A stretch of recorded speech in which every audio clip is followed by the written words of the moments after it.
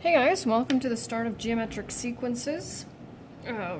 This is going to look a lot like what we did with the arithmetic ones. We're going to deal with sequences today, series tomorrow, and then the problems the next day. And then we just have one more thing and we're finished this unit. So we're going to look at this one very similarly to what we did with the arithmetic ones. Formula is a little bit different, and hopefully you have a decent calculator. We'll talk about that here in a bit.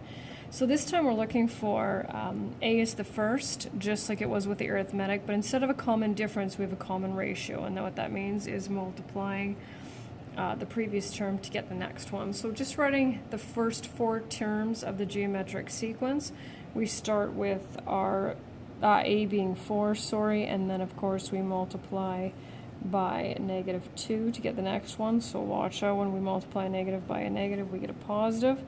So these have a tendency of being quite a bit larger or smaller depending on what our R value is. The next one, it says A is 9 and R is a third. So 9 times a third, or a third of 9, is 3. A third of 3 is 1, and 1 times a third is a third. So now we're going to be looking for that general form of the sequence.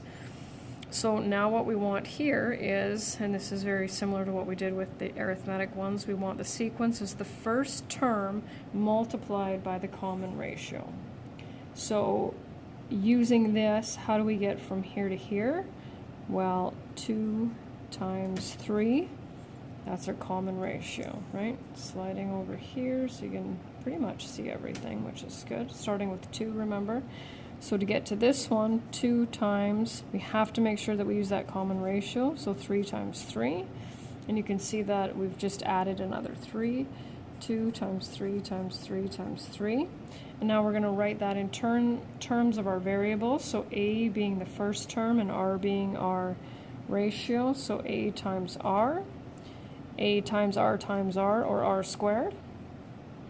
And A times R times R times R. Actually, I meant to write that as not R squared, but R times R. There we go.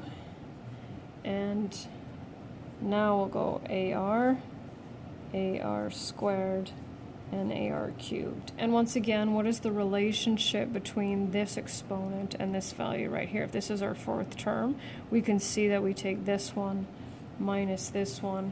And so the formula we're going to use for a geometric sequence is T of n equals AR times, or to the power of, and this is where it's going to get a little bit interesting, n minus 1. All right. So, oh, there, just thought I missed a page.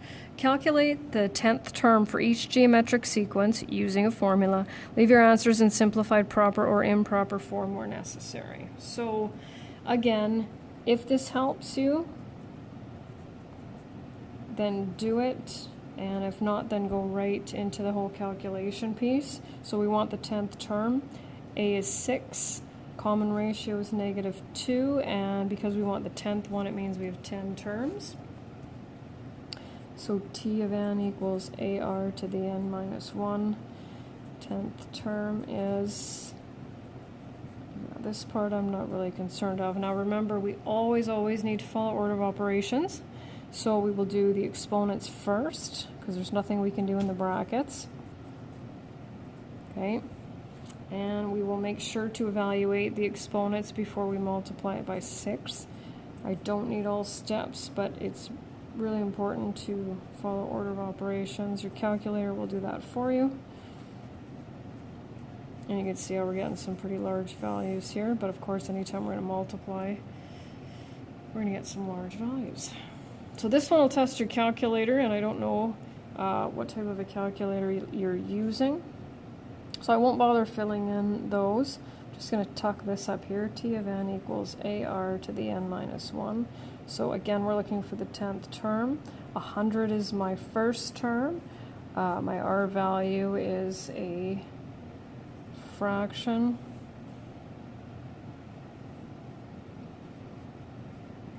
And we'll continue with the order of operations. So I actually have here, leave these ones in simplified, proper, or improper form. To be honest with you, if you want to change it to decimals, just make sure you don't round those decimals. That's the tricky thing. But I know my answer keys will have them in fraction form. So if you're able to do it in fractions, that's going to be better. So when we want to put a fraction to the power of 9, we just need to make sure that we go 1 to the power of 9 and 2 to the power of 9.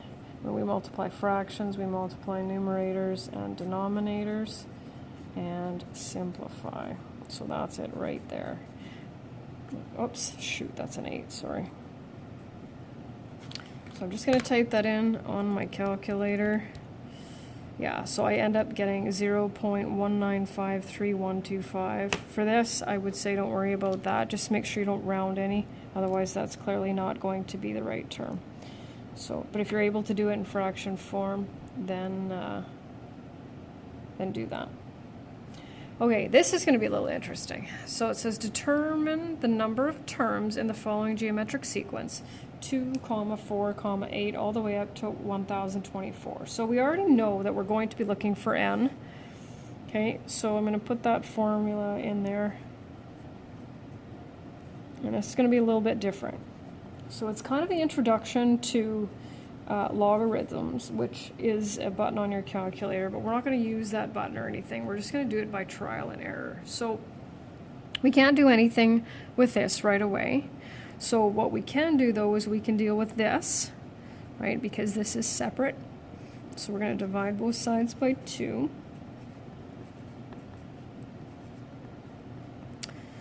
So now what we need to do is we need to figure out what value for n is going to work here. So in order to do that, this is our base. So we need to be able to write whatever number's over here with this base. So it's going to be, it'll work unless you made a mathematical error. So 2 to the power of something is going to equal 512. And students have said, like, well, how do you figure that out? Well, you just, I mean, you're not going to pick a 3 because we know 2 cubed is 8. So it's clearly going to be higher than 3, and this is where you just get to estimate.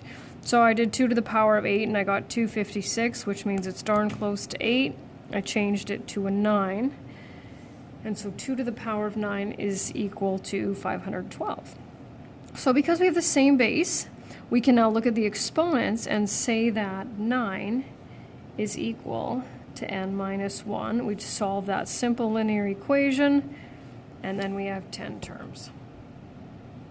So that's how that works.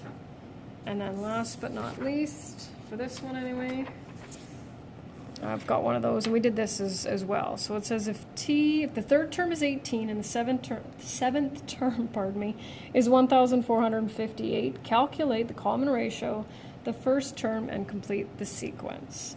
So this is where I like to stretch this out and do my 7 terms.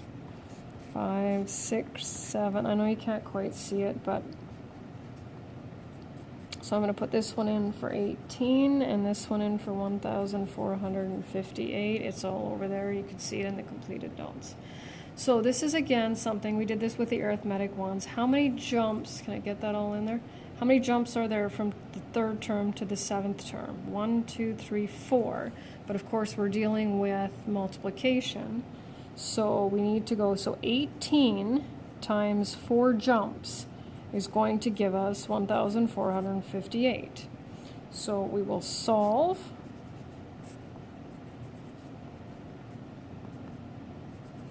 And how do I solve that? Well, if it was r squared, we'd take the square root, right? So now we're going to take the 4th root, and here's where it gets a little interesting because I told you the geometric ones were a little bit trickier.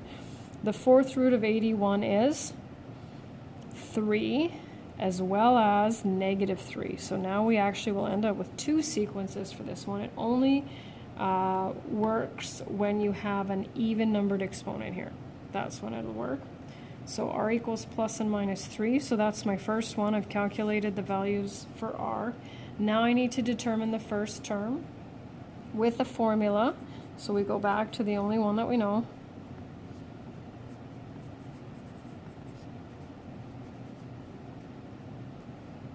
And 1458 equals a times 3 to the 6th. Showing a little bit more than I need, but anyway, 729a and A equals 2. So then there's that one. So now what we have to do is we have to complete the sequence with R being 3, and then we have to complete another sequence where R is -3. So I'll just slide it along here. So this time I'll just do +3. So multiply by 3, multiply by 3, by 3, and by 3. And then the other one I'll do down here, 2, 3, 4, 5, 6, 7. So the ones that I had from before, these ones are locked, right? But A is still going to be 2, but this time this will be -6, -54, 162, and -486. Oh, there it is. You can see it in the completed notes though. Okay, well that's it for that one.